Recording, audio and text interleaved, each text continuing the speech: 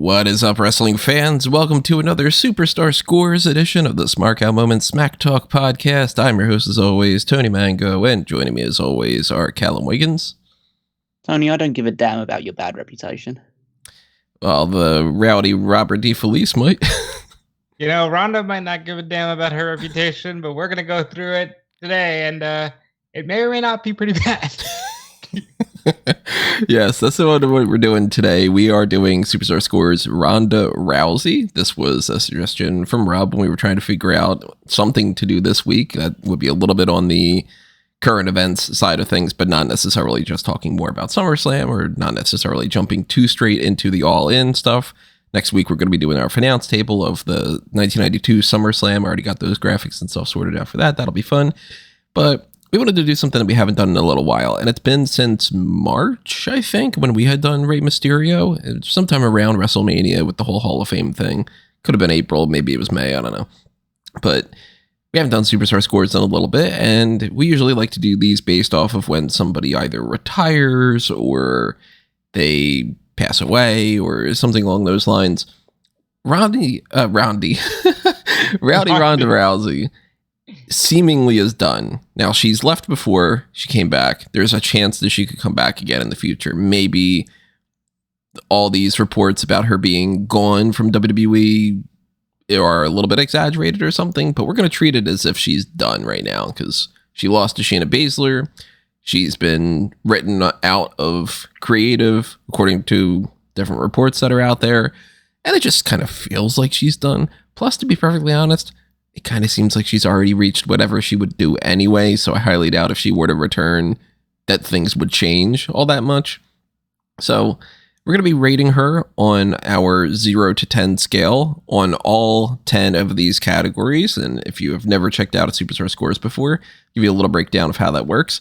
These 10 categories are broken up into 5 different double category type situations, one of them being ring skills, one of them being mic skills, then there's appearance, behavior, and crowd reaction.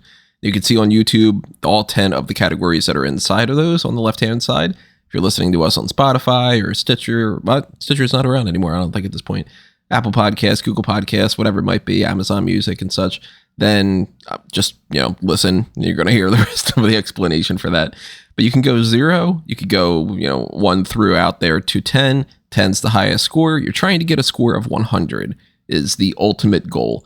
Now, nobody's gotten a 100 in the past that we've done. We've done 34 of these, I think. 35, something along those lines. And a couple other adjustment rounds and everything. But currently, our highest scores, we go through this every once in a while. My highest score for anybody is The Undertaker at 92. Rob's current highest score, I believe, is also The Undertaker at 93. I'm double checking right now. I think that he has that is the highest at 93. Yeah. And Callum's is, I think maybe Brock was on there. Let me double check about that. Looks like it is Stone Cold Steve Austin at 91 with Undertaker not too far off. But as far as our combined average scores, that does also go to The Undertaker at 90.67. So we're going to rate everything here. We're going to take all of our combined scores, figure out the average for Ronda Rousey. And as we go ahead and we do that, we want to know what you have to say for your scores. So drop them in the comments below.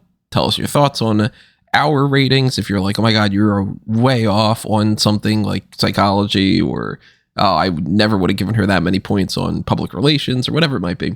Agree or disagree. Leave your thoughts in the comments. Hit the like button. Make sure you are subscribed to the channel. Click on that thanks button if you want to toss a little spare change our way to help keep the lights on here.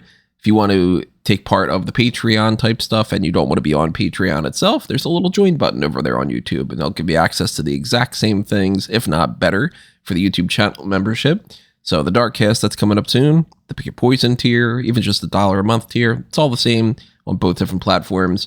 Redbubble and TeePublic are where you can get the merchandise. And of course, if you stay tuned and you really like what you are checking out, then keep following us on Facebook and Twitter and so on and so forth like that.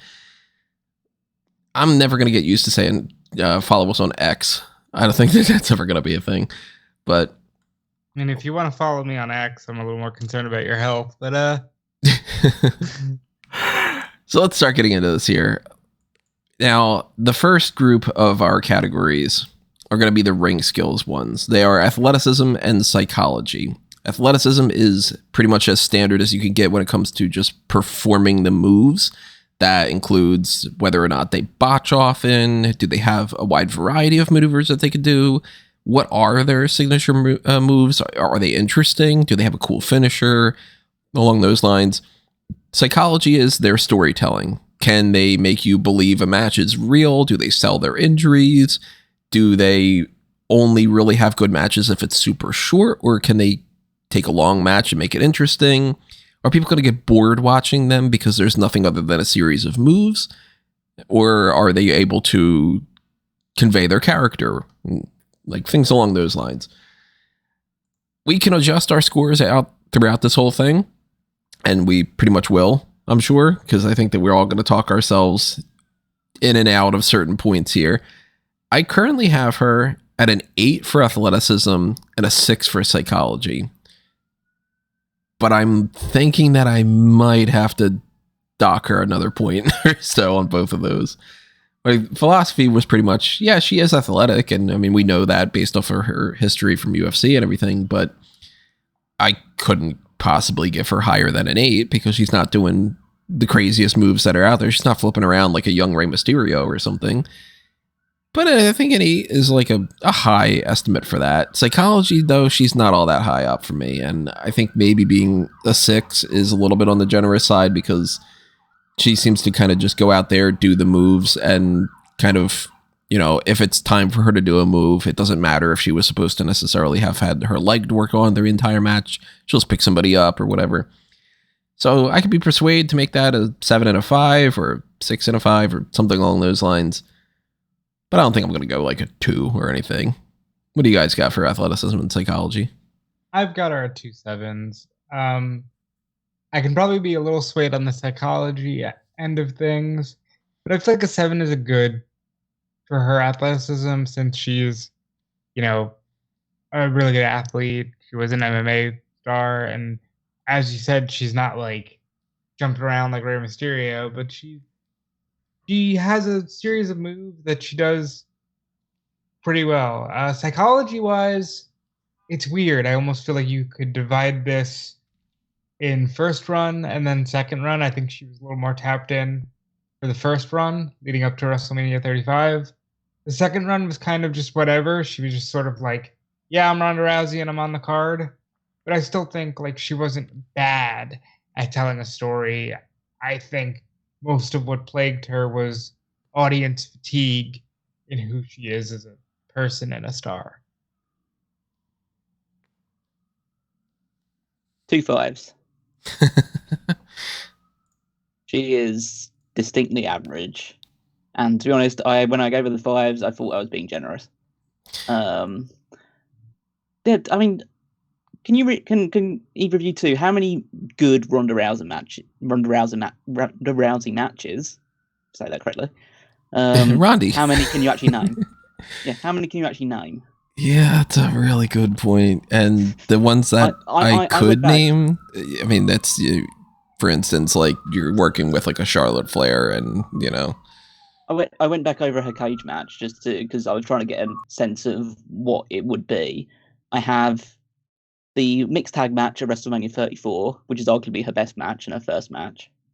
And that was, you could say, quite elevated by the fact that she had Triple H and Kurt Angle wrestling a good part of that match as well, helping her out.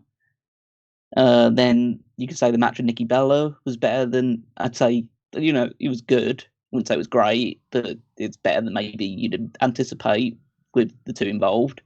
Then you have the match with Charlotte Flair at Survivor Series that ended in a DQ, and then the match with Charlotte Flair, which I would say I'd probably go more the Iron Woman match, not the I Quit match, rather than the match at Survivor Series. The WrestleMania match sucked. Both the one with Charlotte Flair and the one with Becky and Charlotte. That was a bad main event. And yeah, especially in her most recent run, she's had an overwhelming majority of bad matches, including some of the worst matches of the entire year last year. So I can't really in good conscience give her more than saying that she's average at what she does. Like when she's good, but she's also needs to heavily rehearse every single match that she does. She's not good when things go off the rails. I can't really say that she has great psychology because it's a rehearsal. It's like saying like an actor's like good at in the stage play things. Like, yeah, it's fine, but then if something unsurprising happens, she has no way to address it because everything has to be like labeled. Like at this moment in the match, we're doing this, and this moment we're doing that. So yeah, I don't think that she could be considered any more than average. You know, you pointing out that 5 technically is the average. I was gonna say switches my perception around a little bit because I'm like, you know what, that really like 5 always looks like such a low score to me, so I tend to bump people up 1 or 2. But that's a good point, and now I'm looking up some of the other scores in the past, and I'm like, well, if I gave Santino a 5 for athleticism, or if I gave a 6 for Bob Holly, or a 7 for Matt Hardy, yeah, I gotta go 5s. You know, you're right on that. But just like Ronda is probably more athletic than a lot of people, certainly. Oh yeah. It's the case like if you can't direct that athleticism towards being coordinated in the ring, then you might as well like not have any of that athleticism to begin with. I always use the example in my mind. I use the example of like Hiroshi Tanahashi. Tanahashi is not super athletic, but like he doesn't come from a super athletic background. I think he like played baseball in Japan for a little while, but you know he has obviously his one is elevated a lot more by psychology than athleticism. But when you look at some other people, they have a good blend of both, and some have good athleticism then can't tell a story in the ring. I think that she can tell a story that has been pre-planned and probably rehearsed like 5 or 6 times in the performance center prior to the match taking place. And then the rest of the time is just, yeah. And I think that she has some decent submission moves and stuff along those lines, but I don't think that she executes them particularly well. She's one of those rare people, I say rare people, actually, it's probably more in the majority, who transition from mixed martial arts into wrestling, and it actually makes their offense look worse. That finisher that she has too, of the armbar thing. No, the pinfall one that she uses. Oh, the Piper's Pit. Sucks. That's such a bad move. Like, I don't know why they would have given her that. Better than the attitude adjustment still. See, I think that the attitude adjustment makes way more sense because you're like tossing somebody. I feel like Ronda's move is sort of, she couldn't quite do some of the other things, so they were like, well, why don't you do this? Because this is an easy thing that you could just put them on your shoulder, then you could just kind of fall, sort of. That's a Samoan drop. I lowered her psychology down to a 5. I am going to stick with the 7 for athleticism because I do think her athleticism and her being known for being an athlete is what got her there. But I definitely lowered her psychology, and we'll probably lower a few more things as we go along. I'm currently at a 6 for athleticism, a 5 for psychology, because slightly above the average when it comes to some of those, but I'm still kind of debating. Should I go down to a 5? I don't know. We'll see. And like, what are we comparing her to as well? Like, are we comparing her to just the women of her time? Or are we just comparing her in the overall scheme of things? I'll definitely say she's more athletic than like a Valhalla or, you know, one of the women on the roster today. But if she was only being compared to just like all athletes in the history of wrestling, then yeah. I mean, I think that I am judging it against primarily just the women's side of things, but I just don't think that I can't go with the attitude of, okay, you've at a push had 5 good matches in your WWE career.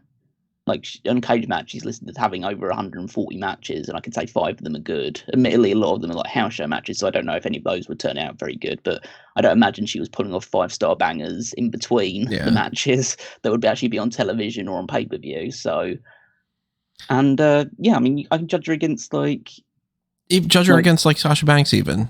Yeah, Sasha Banks, way better. Becky Lynch, way better in terms of like, she may not actually be more athletic than Ronda, but she uses the athleticism she has way better. Yeah. You look at like Charlotte, look at Bayley, look at Io Sky and Asuka and Athena and Chris Statlander and like loads and loads of, I could literally name 30 plus women that are working just today that are way more coordinated than Ronda is. And something that I think a lot of people, and even we could be falling victim to this in some ways too, that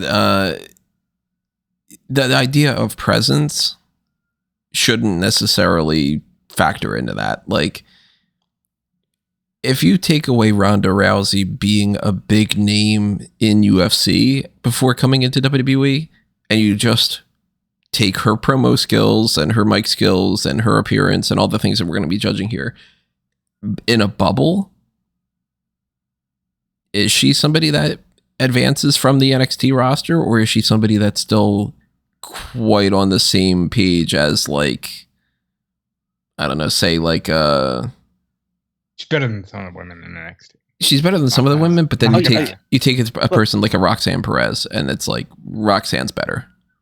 Yeah, no, I'd say like she would be on a similar level to someone like maybe a Cora Jade or something. I will say this, without giving the number beforehand, I have readjusted my scores, and she's already dropped 8 points total. Oh wow! Yeah, I didn't pay attention to what I have ahead of time, but I got a feeling I'm going to end up dropping her a significant amount of points too. And for the record, my final score for athleticism will be a 6. Right now, I'm at a 6 right now for that, and a 5 for psychology. But I just think we shouldn't be nervous about saying someone is just average. Yeah, because average is average. I'm not saying that she's one of the worst in there. I just think that there are a good portion of people that are better than her in the ring, and a good portion that are worse in the ring. Like fucking hell, like not even half, like 2/3 of the NXT women's roster would be getting like 1s and 2s from me. But even if you go pure athleticism of like Tiffany Stratton, I think can do a wider range of moves than Ronda Rousey. And that's when you start grading on a curve, and like when you go, well, Tiffany Stratton compared to the rest of who she's working right now, her athleticism in my mind is like a 7 comparatively to the rest of the roster. Yeah, it's you got to keep perspective of a lot of those things. So let's switch over to mic skills, because that's another thing that, you got to compare to people that are on the roster now. You got to compare to the women's division. You got to compare to people that have been, gods on the microphone over the years, like, The Rock and so on and so forth. And these two are charisma and character. Now, people tend to get these a little bit mixed up here and there. Charisma is pure mic skills. Are you going to stutter? Are you going to be able to cut a promo and not forget your lines? Are you going to be repetitive and boring, or are you going to be fresh and interesting? Are you going to say Ronda Rousey like me at the beginning of this, or what? The character side of it is their actual gimmick, and they're more like of the storytelling aspect. It's kind of the equivalent of the athleticism and psychology, where the athleticism is the charisma side. So you don't have to necessarily be able to pull off being both a heel and a babyface, but you should be able to do at least one of them really well. If you are able to do both really well, like a Chris Jericho or a Shawn Michaels or something, then those are the people that get really high scores. Again, average is 5. Best is 10. People that are just the absolute worst on the microphone are those 0s and 1s and all. But even some people have very little mic time, and that's not necessarily their fault, because their character doesn't call for that. So it's something that you have to keep in mind, that there are vast differences from, say, Kane when he originally debuted and he was supposed to be a mute versus somebody like Ric Flair. So as far as charisma and character goes, I mean, Ronda can't be high up on this because she struggles with her promos. And I never really buy anything that she says as anything other than, I'm mean Ronda Rousey and I'm going to kick your ass, but here's the phrase that I learned ahead of time to say that.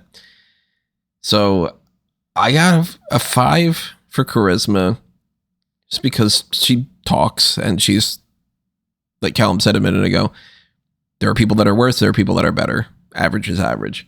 Character, I have her at a 6, and the only reason that she's a little bit above average for that is because she has the mystique of being that UFC fighter. So when she says that she's going to kick somebody's ass, it's got a little bit more oomph to it than if, I don't know, Dana Brooke were to say it, or Kehlani Jordan in NXT or something along those lines. But it's not really a character for the most part. She is just her. She's just a fighter. And when you look at the rest of the roster, everybody's a fighter. Dolph Ziggler is a person who gets into the ring and fights people. What's the difference between them? Oh, she did stuff before WWE. Okay, well, so did Matt Riddle. But Matt Riddle has the bro gimmick, so that makes him more interesting. As far as the heel and face dynamics go, Ronda struggles with that. She can pull off being a heel easier than being a face if they don't have her do anything but beat somebody up. But she was much better. Out of all her whole history of her WWE career, the best time for her, in my mind at very least, was when she first came in and she was just, oh my God, it's Ronda Rousey, babyface. Whenever she had to actually do character work and tell a story and cut promos and all, that's where it all started to fall. So I might even go for a 5 on that one. I don't know. Right now I have a 5 and a 6. I also have a 5 and a 6. For largely the same reasons that Tony said. I think she's not a complete charisma vacuum to me, but I think that she struggled in taking on the entertaining aspect of WWE. She's great at sit-down interviews, when it's just like, hey, we're going to do a sit-down promo, we can edit it. It's pretty good at that. But I wrote a 5 for that. I wrote a 6 for character because, like Tony said, she has a level of mystique that, yeah, you go, okay, look, Matt Riddle did shit before WWE too, but Ronda Rousey had an aura about her. I still think WWE's biggest mistake with Ronda was not getting her before she got knocked out. Yeah. Because, then you really would have had something. But I could be persuaded one way or the other. I'm not married to these numbers. I just think there is something to be said for the aura she brought with her to WWE.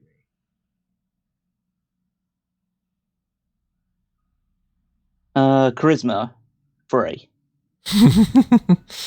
What are we doing? Why are you saying this average number, giving her a 5 and thinking oh, she's not very good at she can't really cut a good promo, but we'll give her the average number. It's like, what is this? Why aren't we calling a spade a spade? She can't talk. She can't talk in the microphone. She can't cut a promo. And I've given her a 3 because occasionally, like Rob says, she can do a sit down one and get that intensity across, and occasionally she can show a bit of a fire. But for the most part, it's just a case of a very monotone delivery mixed in with a few flubs here and there. And that's just she can't really talk that well. So I'm going to give her a score that's below average because she's not very good at that part of the wrestling side of things. And character, I gave her a 5 because I think that when she came into the company, yeah, there's that mystique surrounding her, but then she defaulted to smiley babyface for the majority of her first run. Yeah. Then she would just come out smiling and she would win titles. Well, she'd win the title and then she'd continue smiling and she'd fight random people in feuds that didn't actually really mean that much. And then she would just continue up until the time that she started to show real character was the month before the end of her first run when she turned heel and started going off on the crowd, started going off on Becky seriously. And yeah, then you show a little bit more fire and intensity and think, okay, that's good. And then you leave. And then you come back and you're back to being smiley babyface for a while, even though realistically you're immediately giving off the impression that you don't want to be there. And then from that point on, it was she didn't work as the babyface coming in, and she'd rode being a heel, which was better, but I don't know, there wasn't really much to it. And you're right in that when she first came in, she had the mystique of being Ronda Rousey, and that's being enough. I gave her Brock Lesnar a 10 because he's Brock Lesnar, and Brock Lesnar's the greatest character, because that's just what you want to be. But Ronda Mystique absolutely declined. It fell off a cliff by the end of her second run to the point where she was just another person on the roster. Now that UFC thing you know that she used to fight for the UFC, but that was years and years and years ago, and she's not that name anymore. So yeah, I think that a 5 is an indication of, at times she was really good, at times she was really bad, and so I'm just putting her in the middle. You know, Ronda, more than anybody, almost warrants the discussion of how badly WWE slaughtered her mystique, because she, as Callum says, she was really finding a stride going into WrestleMania 35, and then she just dips. And it wasn't as bad at first because you had like a couple years of COVID to like, okay, well, no one's really thinking about Ronda anymore because we're just thinking about, hey, isn't it cool that there's crowds again? But when she came back, she was completely lost.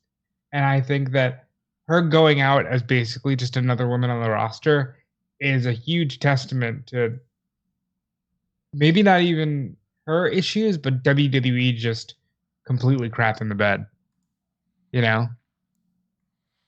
They had something they tried to milk as much as they could and didn't put a whole lot of effort into it. And I mean, they were working with what they were working with too. Like, you can't just tell somebody be better on the mic or, you know, but You should have been given a manager.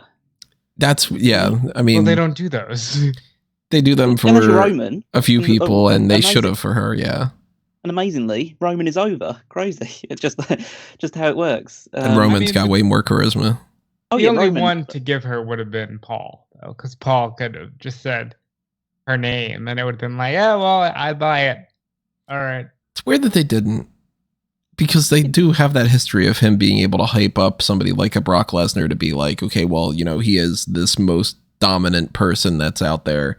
They could have done the exact same thing for Ronda, and they didn't, because they decided, I guess, she can just cut a promo on her own where she can, I don't know, have this horrible, stupid makeup, and, you know. I think they made a strong decision after Heyman Cesaro. Let's just leave Heyman with Brock, with the exception being, okay, Roman only wants to come back to work if he can work with Paul. Let's just leave them together for the rest of the time. Well, let's move over to appearance. This is physique and entrance. Physique is pretty self-explanatory. Entrance is pretty self-explanatory. You just factor in every detail that you can when it comes to both of those things.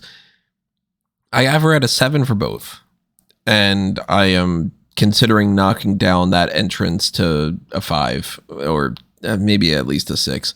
But so I have her at a 7 for physique and a 4 for entrance, and the 4 is literally just I like Joan Jett. Because really, that, if we go into the entrance side of it, because I think we might end up having a little bit more of a debate for that. Well, first off, what do you have, Callum? You just want the entrance one, or do you want both? Both. Why not? Oh, I'll go for an 8 for physique and 7 for entrance. Okay, so we're around the same for physique. I think we can all agree, like, yeah, she's not the most muscular, but that's fine. She's not the, you know, the type of character that's supposed to be the bombshell, super hot, amazing model. So she doesn't have to have a physique that goes along with that. She also isn't supposed to be the big brute monster, so she doesn't need to have a physique that goes along with that. Because remember, obviously, there's differences when it comes to the physique that somebody like Big Show has versus what somebody like I don't know, who's supposed to be like a Tyler Breeze or something like that. Ronda Rousey's fit, and she gets the job done. She's, you know, a little bit more fit than some of the other people, and then other people have more muscles and everything that goes along with that. So yeah, that, you know, that 7-8 range. The entrance thing, I already know I'm not going to stick at my 7. I know I'm going to go down, because the more that I think about it, she has a song that was made prior to her. It's just one of those like anthem chick fight type things. So it's not something that she popularized by any means. And she just walks to the ring. She doesn't do anything. She has no pyro. She has no like she doesn't move with the music in a certain way, like, you know, Triple H doing the whole spitting thing, or the Undertaker has like a whole friggin' stage act that he does. And I don't really love the theme song now that I'm thinking about it. Plus, I hate her makeup. And I hate that she wears like the gi that she wears every once in a while just to immediately take it off. And it's like, well, was that supposed to look badass? No. So, yeah, I think I'm going to lower that down to a 5. I'm going to dock 2 points there. So I do like the song, and I think it fits her. It's just, look, Brock Lesnar, to an extent, just walks to the ring, but at least he would like jump on the apron and pyro would shoot off, or he'll do his pose and pyro shoots off. There's something magical there. You know, with Ronda, it's literally just, she's walking to the ring. Okay. You know, it's not like she's walking into a cage where there's the element of danger. Sometimes just walking to the ring to beat up Stephanie McMahon. There could have been a little bit more flair there, and she never got it. I'm so the 8th Physique just, like, you know, speaks for itself. She is has a strong athletic frame, and it's nothing like over the top. She's not like Jade Cargill or something like that, which is like a 10 plus almost. But yeah, it perfectly suits her frame, and yeah, as I say, she doesn't go too far one way or the other, but definitely more on the positive side. Entrance, I'm going for a 7 just because I think this has been proved more and more with every passing week, especially with the arrival of AEW. Having licensed music makes your entrance a million times better than everyone else's. It just does. Like this, like it's an actual recognizable music and not one of these like shitty knockoff bullshit, like whatever synth pop or whatever stuff comes through WWE nowadays. Like I think it depends. Nobody's entrance these days is particularly memorable or good, especially on the women's side. Mean, like a lot of the music that they produce nowadays is really bad. But I mean, like I'm not the biggest fan of Moxley using Wild Thing anymore. I think that's extended its past run. But somebody like Keith Lee's had some great music. Yeah, but he's had a hand in it. Right, but I mean, like that's like he made his own music, and it wasn't something that was like an already popular song. When they used to have created themes, you know, like the Jim Johnston era, I think it was better. I think the telltale sign that Callum is 100% right is this past year's Royal Rumble for half the entrants, especially the women. I was like, wait, who is this? Oh, if we're talking about just the state of music right now in WWE, it's atrocious. Yeah. A lot of nondescript themes, so I do think that bad reputation has really helped Ronda. Yeah, and that's she doesn't do anything particularly special during the entrance itself, but I just think that I honestly just think that the music itself and just being one of the few people on the roster and the few people in a long, long time to actually have licensed music in WWE just sets you apart from everyone else. So just for that moment alone, like she has a way more recognizable theme and entrance than pretty much everybody else on the roster. That makes her special because she's the only one that has that gets that treatment. And obviously the music is one of the biggest factors of the entrance, so it's not something to take lightly. I think she is in a position where, like, if you mute the screen for certain people, you can still get a show. Like, you know, obviously, like, The Undertaker is one of those big examples. It's hard to compare a lot of people to Undertaker, but, like, when you look at, say, somebody that we've done in the past, like Jericho, even though if you mute Jericho right now and people aren't singing the Judas theme, other things that he's had in the past, he's had a more interesting Titantron. He's had different pyro. He's come out there more fired up than anybody like Ronda Rousey. Ronda just storms to the ring and then gets into the ring, and that's it.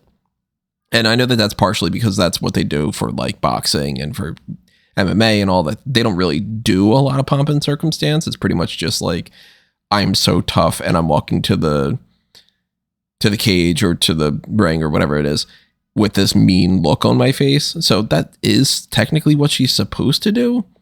But at the same time, I'm watching pro wrestling. I'm not watching MMA or boxing.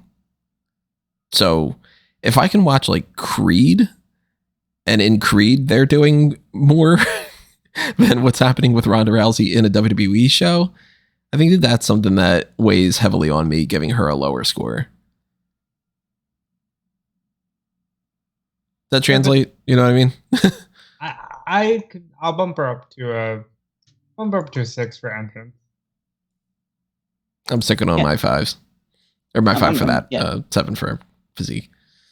Yeah, you're not going to move me from the 7. I think that I think boxers usually have more flamboyant entrances than, to be honest, most boxers have more flamboyant entrances than most wrestlers.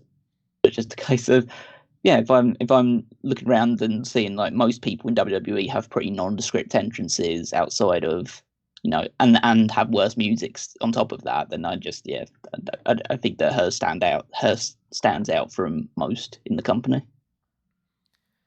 So let's switch over to the behavior side. This is one that we normally don't really know exactly where to go. And that's because it is hard for us to judge. It's a major part of it, so that's why we never get rid of it and replace it with anything else, partially because I also have no idea what else we could replace it with. But it is a fundamental part of who you are in pro wrestling, which are backstage professionalism and public relations. The backstage stuff is all the stuff that we've heard about as far as, do they get into fights backstage? Are they more of a politician, or do they help people out? Are they a locker room leader? Do they screw people over? That sort of thing. And then public relations is the company aspect. Are they somebody who unfortunately has a lot of arrests or any kind of big issues like, you know, an Alberto Del Rio would be, or, you know, we gave a really low score to Paige, for instance. Or are they on the positive side of things where they do charity shows and talk shows, or, you know, do they promote the company well, speak well for the company? Are they a good example of what they want to be like? This is a WWE superstar, like a John Cena. John Cena would pretty much get a 10 out of that. And then public relations for obviously like a Chris Benoit, negative a million and everything. So this one, we usually end up sticking around that like higher range, just because if we haven't heard anything bad about anybody, then it's hard for us to judge too much outside of that.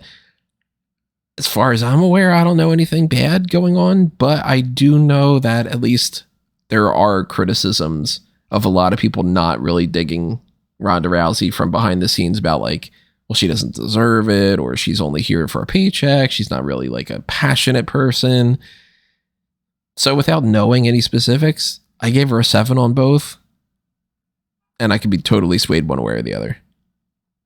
I gave her a 6 for backstage, and I gave her a 5 public relations. I don't know too many crazy stories about her backstage in WWE, but I do know that just given the fact that there are so many people who are excited to see her leave because of her mindset with certain things. Like, for example, I gave her the 5 for public relations. She apparently was a Sandy Hook denier. Like, really? How do you even deny? That's another whole discussion. So rather than get caught in a Kane or Undertaker situation where I'm just like, golly, they're just great and they're leaders, I'm gonna play it safe here and say 6 and 5. Yeah, I actually went with a 6 and 5 as well. The backstage thing, like, we don't hear any like major stories of her being like super entitled or aggressive behind the scenes, so it can't give her anything in the more negative side. But there were those little stories that were coming out about people concerned about her being too stiff in the ring. I know there were stories about like the Alexa Bliss thing, and apparently like some of her injuries that kind of been attributed to her matches with Ronda. So I think I do remember that now that you say that. Yeah, that's true. And clearly, I don't think there is a genuine any love lost between her and Becky Lynch. Yeah. And I probably would feel safe to say that, like, she's worked with Charlotte multiple times, so there's probably a better relationship there, a better working relationship at the very least. But yeah, I'm sure that the majority of people probably don't have too many bad things to say about her. I just think that there's enough about there to at least knock her down to just an above average rating. Population 5, Rob Zero, she's a Sandy Hook denier, or at least she has put things out like there before. And also, just because of her status and the fact that she can get away with it, there's a lot of reports out there of her and on videos shitting on the creative of the company. Like, she actively would say that her creative sucks and she doesn't like the direction that things are going in. And thought that certain matches or moments should have been better than they were, but certain things hamstrung it. So she called Vince McMahon an octogenarian, right? Yeah, I think so. Yeah, just like that was in one of her blogs. Now, but that didn't get her any negative. To be fair and to play devil's advocate, are we positive that she wasn't just trying to play a character for that? No, because this was during the time where like everything was falling apart. This is right before Vince gets ousted. This is right as like Sasha and Naomi are walking out.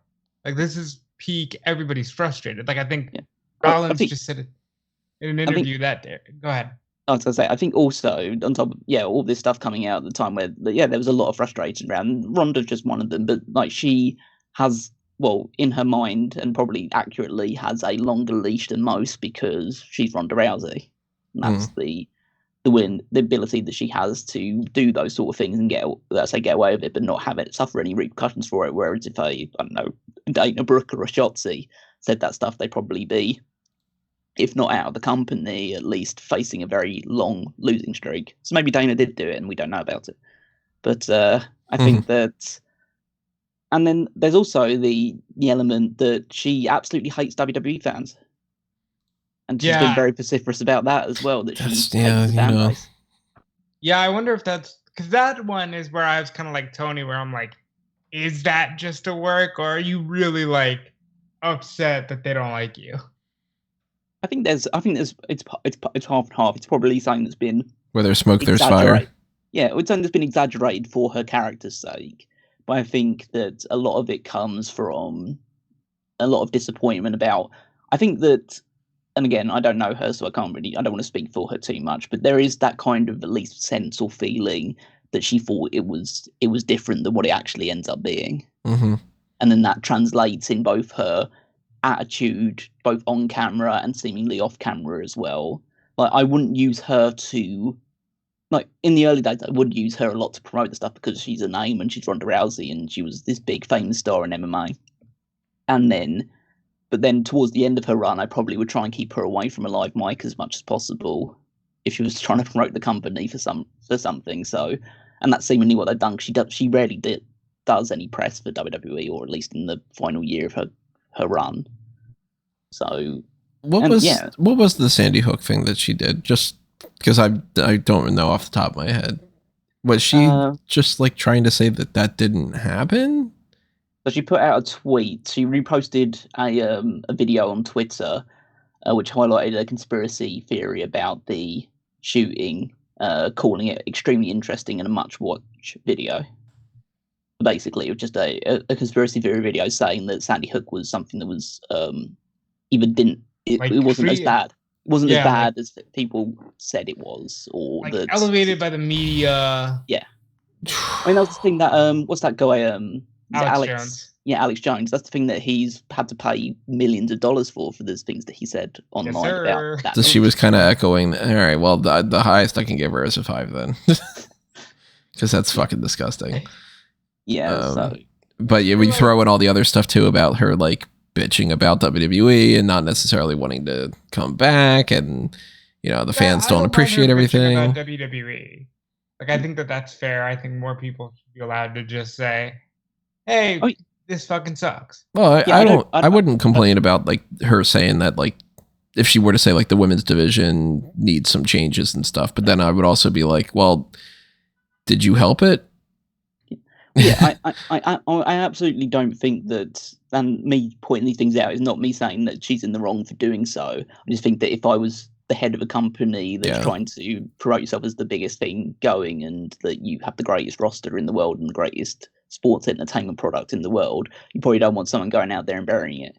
Yeah. So, it's now just reminding me of one of my favorite wrestling news headlines of all time. It was for like 2022. It was in the fallout from a Brawl Out, and someone put, because Ronda said that she thought that the Brawl Out thing was probably at work or something, and so someone put as their news title, like Sandy Hook, Ronda Rousey's not sure that AEW Backstage Brawl was real.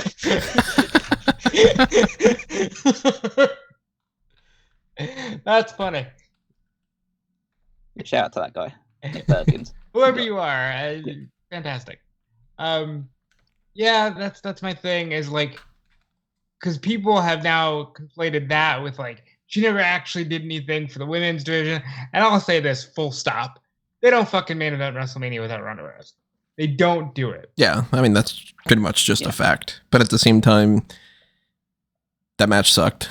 And yeah. No, we're not arguing that. I'm just saying, like, there are people who I think have conflated their personal feelings with her viewpoints as like, she didn't add anything. She did, and quite honestly, I was surprised to hear Callum read off the stat that she had 140 matches, because that sounds like a lot to me. But I mean, I try to compare it to some other NXT women. Most NXT women probably have had more matches than that. So, yeah, I mean, she worked a fair number of house shows. I'd say, like, in TV wise, in terms of matches, I think it was probably closer to like 40 or 50. Over a 3-year period with a break in between. Yeah, was a fan of the potential she had, but a lot of people were glad to see her go, and it's largely because they can't get over the fact that she's a Sandy Hook denier, which rightfully so, because how the fuck do you deny that? But whatever. So we're going to round it out with the crowd reaction, popularity, and credibility. Popularity is pretty much their perception from the public when it comes to whether they are a ratings hook or if they are somebody who has lots of followers on X, the Twitter, or via Facebook. Do they sell a lot of merchandise? You know, somebody like an LA Knight right now selling a lot of merchandise. His popularity score is way higher up right now than what it was a couple months ago. Do they get lots of cheers and boos? If they're obviously heels and not like X-Pac heat.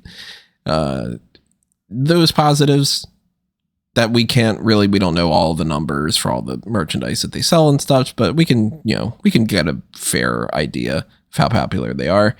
And then on the credibility side, that is more of the kayfabe element to it. Are they somebody who wins championships? Are they Hall of Fame material? Or are they a jobber? Are they somebody who only is used for enhancement purposes? Or are they somebody who's actually a focal point and a featured person in the main event? Whatever it might be. Now, she's got some pretty high scores here for me. I think these are the highest that I'm giving her for anything. I gave her an 8 for popularity and a 9 for credibility. Only went with an 8 for popularity because I realized, you know what? Not only is she not a 10, because not everybody was like completely gaga over her coming in to begin with, and that was the peak of it, whatever it is, but I don't hear anybody really, for the most part, at this stage in her career being like, I'm super excited for the Ronda Rousey thing.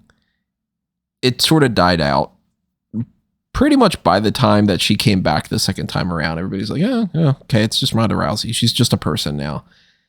But on the credibility side, she's barely lost. She's not a 10.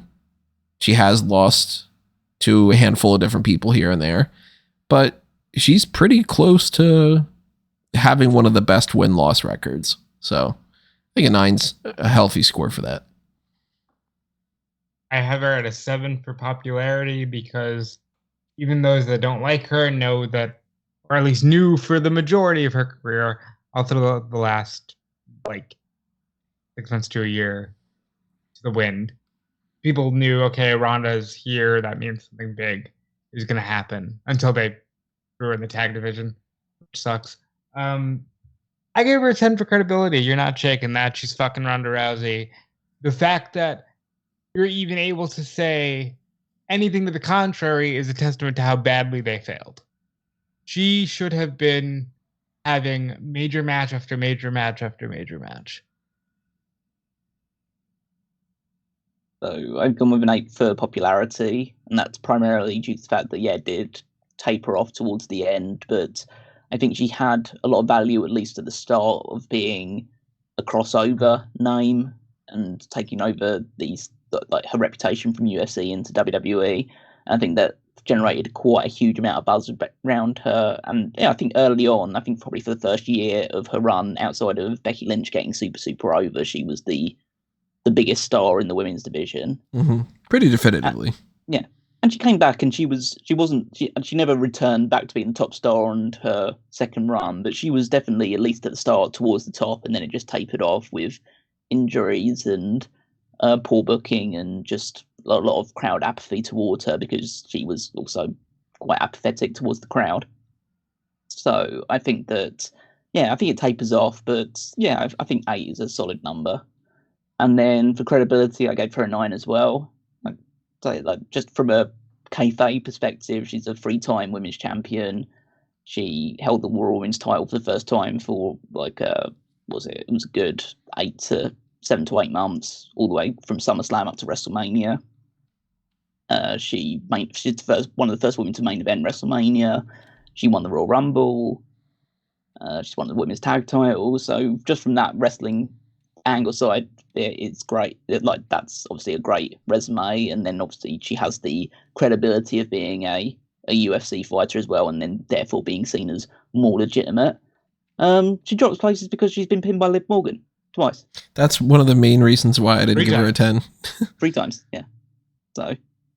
Which, I mean, Liv Morgan, not, the worst person on the roster or anything by any means, but Liv Morgan, before she got her push, was very low on the roster. She went from basically low mid card to main event overnight. Yeah, I can understand that. My thing is everybody slips on a banana peel. Brock's been beaten by some people who it's weird to think that Brock's been beaten by, and again, I think it's just a testament to the fact that she just didn't care on the second go around. Brock been beaten by that's at the level that Liv Morgan is compared to Ronda? The only person, to my recollection, that he hasn't beaten that's beaten him is Drew McIntyre, right? Everybody else, if he's lost to them, he's beaten them, I think. Yeah, I'm just trying to think about names that he's lost. He's lost to, in recent years, lost to Cody, he's lost to Bobby Lashley, but even those ones are kind of steeped in a bit of controversy. Lost to Roman, obviously. After beating him a million times, so that's lost to Seth. He's okay, I see the point. It'd be the equivalent of if he'd have lost to Kofi, then I'd say that's slipping on a banana peel. But he didn't. He beat Kofi in 12 seconds. 10 seconds. Yeah. So, very glad Kofi's back, by the way. Oh yeah, yes. Good. Yeah. I like Ronda. I kind of think she might not be done, but if she is, maybe it's for the best. What makes you think that she might end up returning? Just for the sake of she might just get bored and then come back, or do you think that there's plans in place? I don't think there are plans in place, but I think she might want the chance to wipe away some of the stink. I can see her potentially coming back for one match. They just and approach I hope her it's with Becky fucking Lynch, because listen, I'm not gonna get the chance to bitch about this, I guess, that much going forward, but I think it's fucking ridiculous, and that's part of the problem here, is that how did you not just do that match? See, I would think the Rhea Ripley one would make more sense at this point. Also, why are we being so sure that if she comes back, she'd go to WWE? That's true. That's very true. I'd be all right with her going elsewhere. The WWE at this point can't offer her something the AEW cannot. She can come out to Joan Jett, she can walk to the ring. She is Ronda Rousey. That'd be funny if that's the thing that you can't walk to the ring. You can come out to Joan Jett, but we gotta put you on one of those little ring carts from like that we did for Andre. He can't walk. Knowing Tony Khan, he'll probably be the one to finally book her against a cyborg. You know, he'll manage to get that fight somehow. She'll fight Shaq. I'd watch it. Seen him. So, looking at our scores now, I'm pretty much keeping the scores that I've got. I got a lot of 6s, some 5s, some 7, some 7s. I have 1 7 and 1 8, 1 9. That comes out to a total of 62 for me. I've got her at 64 with mostly 6s, 3 5s, 2 7s, and a 10. Yeah, I've got her on 61, the lowest out of all of us. And that's probably because the 3's thrown in there as well. But yeah, so like low 60s. Which balances out to an average of 62.33, which puts her at around the range of where we have Paige is higher than her by just a couple points. Paige, yeah. Del Rio is lower than her by a few. Shelton Benjamin's higher by a few. So she's the closest person that she's around right now. The two that she's closest to are Santino and Ryback. A little bit higher than both of them. Oh no, a little bit lower than Santino and a little bit higher than Ryback. I have over as on the same number, just in my rank, is over in the same number as the Ultimate Warrior. That's probably it. She's the lowest. No, I have her on the same number as Del Rio. Damn. Ugh. Which, of course, like, you know, we could potentially adjust any of those things from the past now if we were to look back and do it again. Because some people have done some other things. Like, we could bump Brock up from when we had done the Brock Lesnar one. We could bump up Daniel Bryan because he's wrestled more since then. We could lower people. We could, you know, whatever it might be. But generally speaking, still 62 is higher than average. So it might not look like it's impressive when you compare to like an AJ Lee having a 72 or say Mick Foley having an 80, anything along those lines. But a 62.3, look, it's a lot better than Steve Blackman getting a 51.33 or Bob Holly getting a 52 or our lowest, I think right now, is still Buff Bagwell at a 48. So she's better than Buff. Yeah, that going on. And a good portion of what it is basically just because she's Ronda Rousey heading into this. I think if we would have had our superstar score as Ronda Rousey when she left after Mania, she'd be having a much higher score. Yeah. Yeah. Now, not much in the sense that she'd be, you know, like a fucking 90. But I think if we're... She'd be in the 70s, I'd say. Yeah. Most likely, yeah. Because we would end up not having some of the public relations detracting points. She still said the Sandy Hook thing years ago. Yeah. That was before she had left? That was 2013. She said it. She was in UFC when she said that. Yeah. So we still would have had at least for that. But, you know, she wasn't as much of a charisma vacuum back then. She did put more effort in the ring, it seems. She had a little bit more buzz to her, so that would bump up maybe her popularity a little bit more, whatever, you know. We would have definitely given her a higher score. She would have been closer to the 70 range, if not in the 70s. But hey, look, sometimes when you come back, looks like you probably shouldn't have. Yeah. So if Ronda's done, she ends up with a 62.33 out of us. If she comes back, maybe we'll do an adjustment down the line. There are worse scores, there are better scores. Yeah, I mean, ultimately I look at it as a failed experiment from WWE.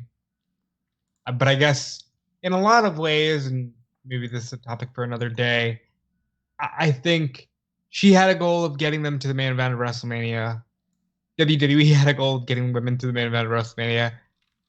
Once that happened, I think WWE's interest in keeping the women's push afloat dropped, and I think her interest in being there dropped.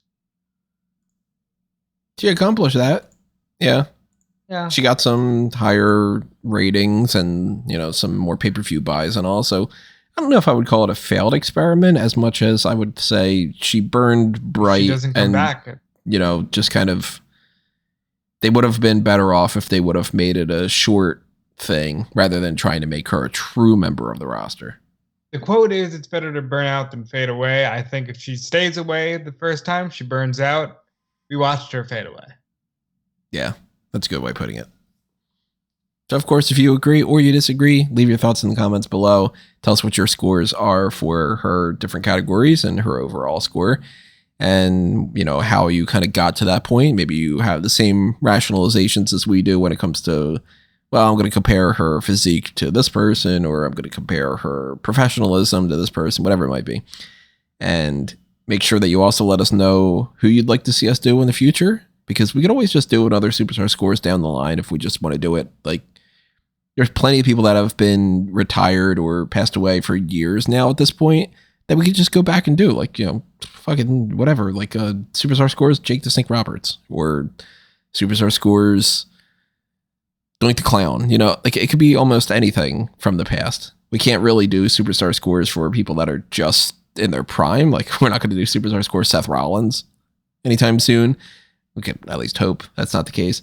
But if you want us to do anything, you have to pick your poison tier. You can make sure that you sponsor that directly, and make sure that you are clicking around on all the stuff that you normally should do here, that subscribe button and everything that I've mentioned before. But make sure you are also checking out fanboysanonymous.com for everything that's on the Blue brand. Make sure you are checking out the Blueprint project over there for any of your superhero type stuff that you might be interested in. And make sure you are going to the link tree over on amangotree.com or anthonymango.com. It's exactly the same thing. Just, you know, reroutes you to the same link tree to follow all the different accounts that you can find there, including my personal stuff at Tony Mango. Yep, you can follow me everywhere at Dude Felice. That's DUDEFELICE. I will also work at Fightful and WrestleZone, and I do the Ring of Honor Reacts podcast on Love Wrestling's Twitch channel every Thursday. Any way you guys want to support is always appreciated. Goes a long way into boosting morale as well. And I now toss you over to Callum again. You can follow me on Twitter at Wigmeister14 and check out the power rankings over on smarkatmoment.com every single Saturday to see how I've been ranking the WWE superstars for their past week's activities. And then you can check out the Fantasy League over at www.fantasyleague.com, where you can see the new additions to all of our teams that we made post Holy SummerSlam. shit, do I have bad luck? Yeah, Rob decided that he's fine being in last place for the remainder of the season by taking Chelsea Green. Literally minutes later, the news that Sonya Deville had suffered an ACL tear had. So we'll see. Maybe, who knows? Maybe she'll find another partner and just keep holding the tag titles. Who knows? I would really want to pitch that, man. They should put JC Jane in that role. I think that'd be the best for her. Yeah, why not? Like, either that or who was Chelsea Green teaming with before she was teaming with Sonya? She's pregnant. Oh yeah, she's pregnant. Oh, just give it to Emma. Emma doesn't have anything to do at the moment. Yeah. That's true. Yeah, why not? Emma can fill that role. Yeah. Tony also decided to pick up. I haven't got the list in front of me. It was the one you picked up. It was some guy, some girl. It was one of those roster people. What do you call them? I like some guy. Yeah, some guy who is pretty much on the same same page as Vacant. You know, some guy will pop up here and there. If I could do that, that'd be great. Let me just get it up now. Okay, so Tony, you picked up Santos Escobar. Yeah, I figured he'll win the United States title. So there's a chance that he wins that. I don't think that it's going to happen, but if he does, I will be annoyed if I didn't pick him up. Or he might just keep getting wins and stuff as it is. At least he's going to appear on TV, pretty much. And Theory has had the longest reign since Ambrose. Like, what the fuck? It's about as memorable as well. Yeah, pretty nice. For real. And then we still have, what else do we still have left on the, I gotta pick who I want to take away from there. And then there's like 2 more people we could add or something. I forget what the thing was. Yeah. So you can still make 2 changes for people on your team if you want to. Like to drop them, and you also still have the ability to knock one of mine or Rob's people out, and we have to pick a replacement. So we can deal with that afterwards. Knock out Chelsea Green. Huh? Yeah. Yeah, I mean, you could knock down the guy that I recently drafted, Chad Gable, it was shown that he's at least going to be going for the Intercontinental title. He probably won't win it, but he's still going for it. Yeah, you're not going to get me to pick it. I'll say right now, I think I'll make an adjustment to my team already. I'm trying to, like, when I'm looking at the roster page that we have right now, because we've got, how do you have this set up with the people that, or is this there's Gunther, Bianca Belair, Carmelo Hayes, Kevin Owens, Grayson Waller. Those are my protected picks, and they're still anyone that's highlighted yellow is someone that you can't remove from someone else's team. And then for the other ones that are on my list, you've got Roxanne, Shayna, Riddle, Cora, LA Knight, Gable Steveson, Damian Priest, Santos Escobar. They're all still on my team? Yep. Okay, so I think I'm going to get rid of Matt Riddle. Sure. Because I'm just not seeing that dude doing anything anytime soon. Like, he's in a position right now. Yeah, we're doing the fantasy league stuff during Superstar Scores. Why not? For anybody that's wondering, like, why this is a thing, we could technically do it on the hot tags, but I'll just do it now. We'll finish some of this on the next part of the hot tags, but Matt Riddle's just not getting me points like I thought that he was going to. I'm looking at it now. It's like 1 0 3 1 -1 0 3 2 3 3 0 1 1 0. Like, all these zeros not helping me out, man. So I'm gonna get rid of him, and in his replacement, I should have probably thought of that ahead of time to not stall too much on this. I'm looking at the draft board. There was a couple changes that need to be made. I'm seeing Grayson Waller still listed on there and stuff. That's fine. It's not the end of the world. Yeah, I mean, it's just one or two little tiny things like that. So Matt Riddle taken off the team. Added to the team should be somebody who's going to give me some points on a weekly basis and not necessarily lose all the time. There's few and far between nowadays. So. Yeah, it's kind of tough because some of these people, I'm like, they could really just be popping up for the next couple weeks, and then maybe that's not going to be the best thing for me to draft them going forward. There's some people like who completely forgot are still on the roster, like Stevie Turner. Oh my God. She's not been around for a long time. Popped up in a backstage. She did? Yeah. Hey, good for her. She didn't say anything, but she's there. She was just there for the sake of it. Yeah. All right, so instead of Matt Riddle, I'm gonna go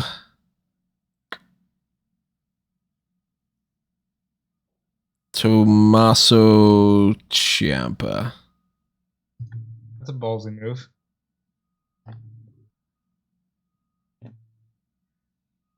Okay, Tommaso Ciampa. I think it might be a lateral move in the grand scheme. Seems like it, yeah. There's always the hope that maybe one day Johnny Gargano comes back. Yeah, and then maybe they can get the tag titles or something, but at least he should be appearing. So I'll retroactively set it for this week because they would have got the same exact score because they were both part in that fatal 4-way match and lost. So yeah, but that's cool. So I mean, technically, if anybody wants to do their next picks, right? Oh, we're done. We can't do anything to our teams. Oh, it's only me. Yeah, you're the only one that's won any prediction contest. Ah, all right. Well, then you know what? While I'm at it, let me try to figure out who I can get rid of on that front of things. So I can't get rid of any of the protected picks. So let's go with. I think that there's two people I could get rid of on Callum's team that make a lot of sense. Aware of which those two are. The two I'm thinking of are Dominic Mysterio and Io Sky. Yeah. Because, I mean, Roman doesn't pop up every week or anything. Io just won that title. You got the biggest surge of those points. Dominic's there every week doing shit. I'm going to get rid of Dominic. Yeah, I could see that coming.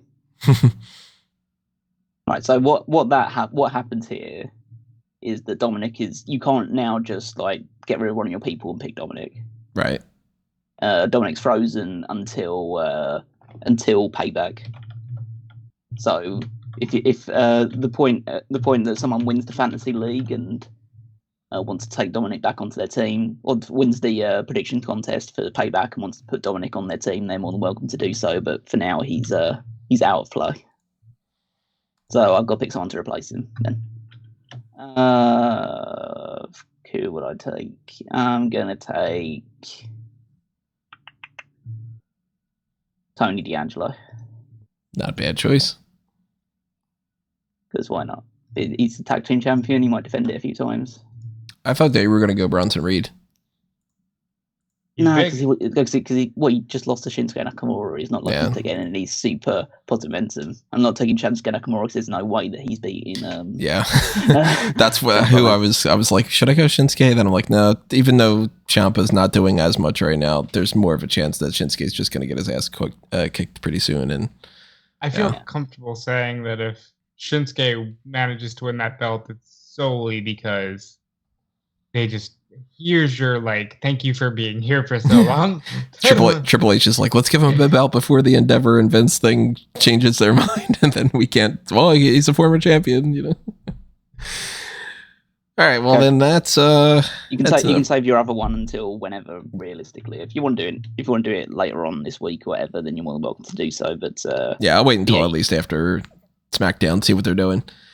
Maybe end up picking up somebody over on the blue brand.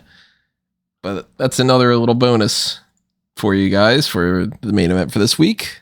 And that is also our Superstar scores for Ronda Rousey. So we will see you next with the hot tags. We'll talk about the injury that we were just mentioning with the Sonya Deville side of that. We'll talk about updates to the G1 Climax. We'll talk about Nick Aldis potentially joining WWE and all sorts of different things here and there. But that'll do us in for this edition. Leave your comments below, hit the like button, and we'll see you then. Adios. This has been another Smark Out moment, and we are being counted out.